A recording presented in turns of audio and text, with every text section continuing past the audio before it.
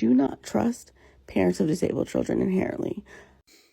I come to you today courtesy from my bed because, quite frankly, it's not just exhaustion, it is disability and severe chronic pain due to multiple conditions that leave me extremely disabled, but can't actually get any support with my disabilities, and that's a conversation for another day. But I wanted to touch on this.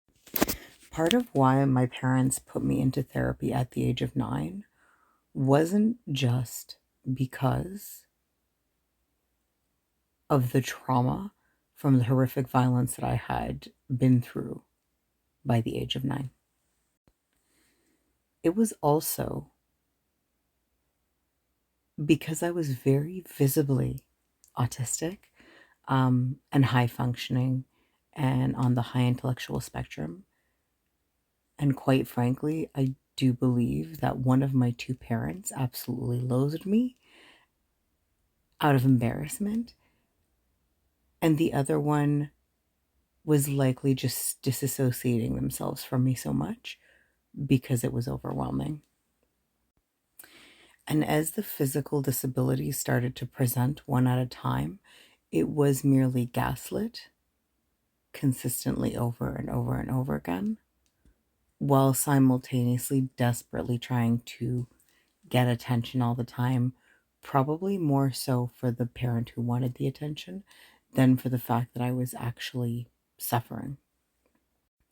And a lot of the situation of make me better wasn't to actually help me heal through the trauma, because I come from a culture and background where we like to hide everything as a taboo, but it was more so they wanted me to find coping mechanisms so that I would suck it up better and present as a normal human being to the rest of the world to preserve their image.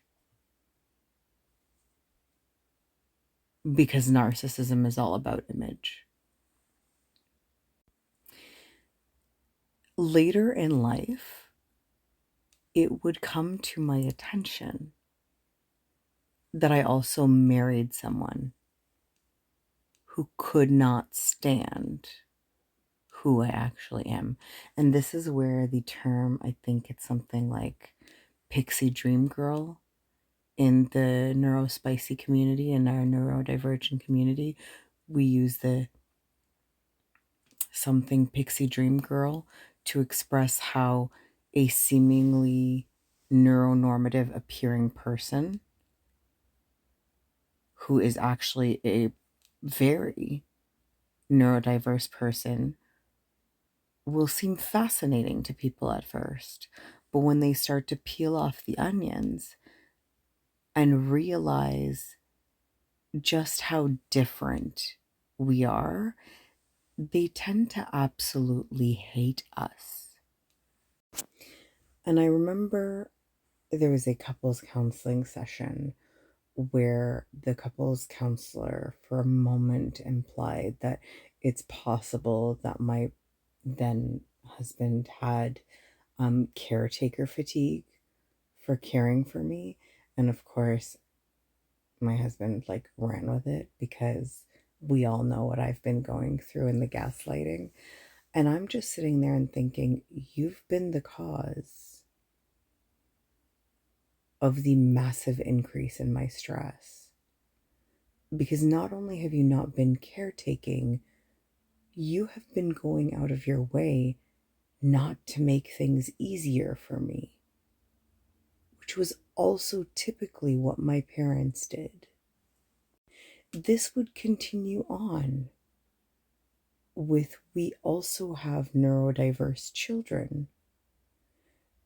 And for a while, there was resistance to certain treatments that actually significantly helped my children cope with some of the struggles with some of the symptoms in order to manage day-to-day life on the schedule that all y'all operate on like it's fucking normal. And they resisted the medical treatment to help these kids have a slightly less stressful life while simultaneously not developing the extra patience skills to deal with them just as they didn't want to deal with me. And I remember even growing up with a distant relative who had Down syndrome, Zakaya, and Zakaya was not institutionalized at all. She was kept at home. She was actually the closest I've ever seen to someone being treated completely normal by their family, not tokenized, completely just treated as their own individual within a family. And her family likely was one of the rare exceptions of a family that actually genuinely accepted their child who had disabilities. But what stood out to me was the conversations that would happen among the adults after Zakaya's family would leave. And they would be praising her family, simply for not institutionalizing her. Like that was some big deal and not less than bare minimum.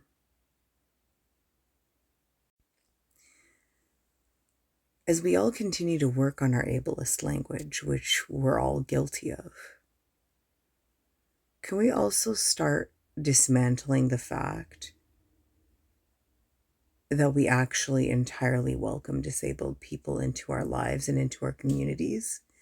That we have safe spaces for disabled people within our communities?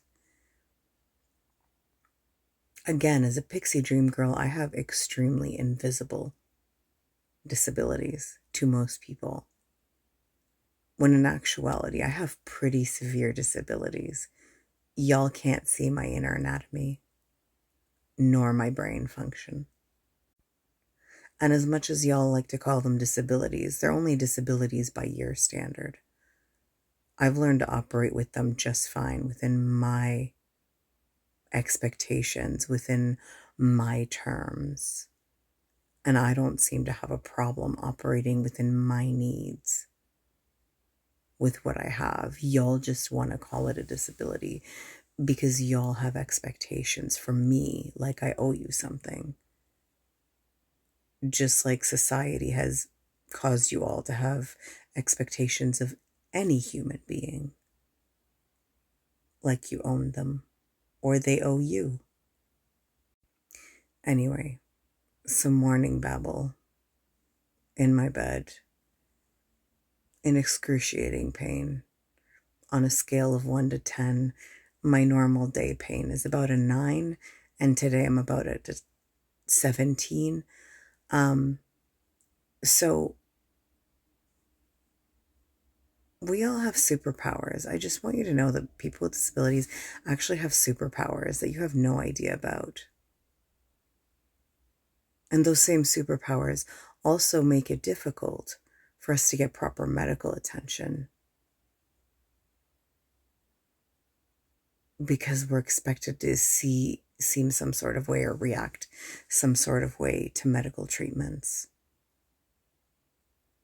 because they don't take into account our superpowers, I guess. All this to say, just a morning babble, because this really resonated with me. And I wish you all would just have that honest conversation. Have a day.